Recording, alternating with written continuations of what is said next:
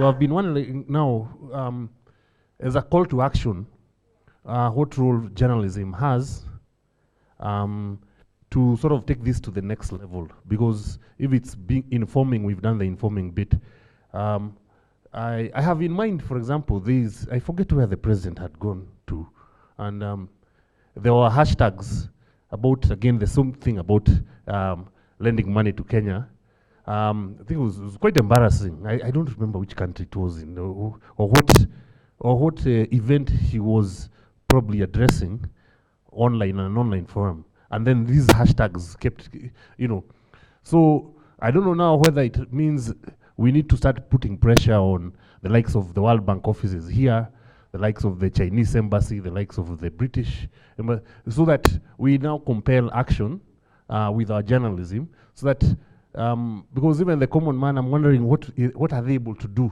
Okay, yeah, we are heavily indebted. Okay, so what do we do? So just something I've really been wondering, and to myself, what can we do next as media to sort of now rally people to action, and the right people, so as to get the results?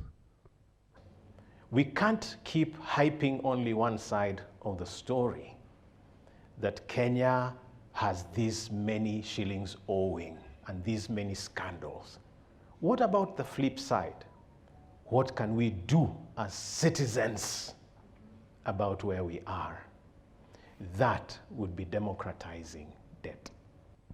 This is my personal opinion. I think the first thing is to hold power to account. That is extremely, extremely important, is holding power to account. That's the first thing. I think the second thing is changing our storytelling to be more solutions focused, and looking at how you can actually solve the problem. So even as you're informing people of what debt means to them, but the question is, what can they do about it? I think that's the next stage, and what we should be doing as journalists is telling the story of, okay, that's great, I can see the impact, but what can I, as an ordinary citizen, Maya, do to address some of these issues? I think a call to action in that sense of, like, what can you do? The three things that you can do, and things that are very tangible and that are measurable and that are easy for people to do as well. The huge debt that we have is an indictment to our leadership.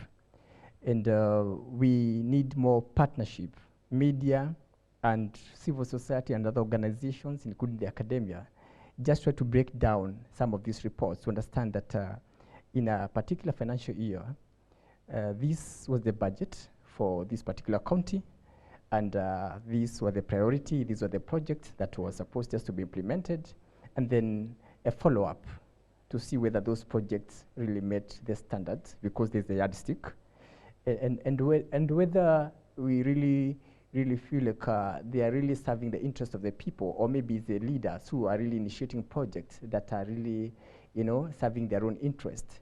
Because I tend to think, based on what I've looked at the media, there are a lot of white elephants projects, but there's some projects that are good, but counties' performance vary. But I tend to think that we still got a lot of things to do. So I was commenting this in regard to a gentleman there who asked whether, after reporting, what else for the media? When you report, is that the end of the story? So that kind of point of convergence, and engaging other organizations at the community level will be paramount to attain that progress, when we talk about holding leadership accountable, and also try to shine the light on leaders who are really able just to implement, to offer that much needed good leadership. Thank you. That was very well said. And also covering the public participation part is important, having those conversations and driving those conversations and facilitating them. And we must, as media, engage a little wilder than we have before,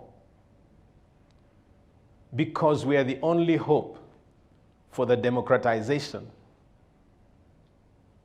of the debt discourse. We are the only hope for citizens. They can call in and discuss something on a show. They can send letters to the editor. They can comment on your social media articles. let's engage citizens more. I'll close by saying once again that just like it is important to do more political education than civic education, time has come for media houses and journalists in general to take the lead, because you've got the space, the ability to research and give accurate information, and you've got the citizens at heart. They are your primary consumers anyway. They are your audience. So let's change gears, and instead of giving so much coverage to civic education, and maybe even giving so much coverage to the politicians, why don't we engage issues a bit more and, leave the citizens to discuss?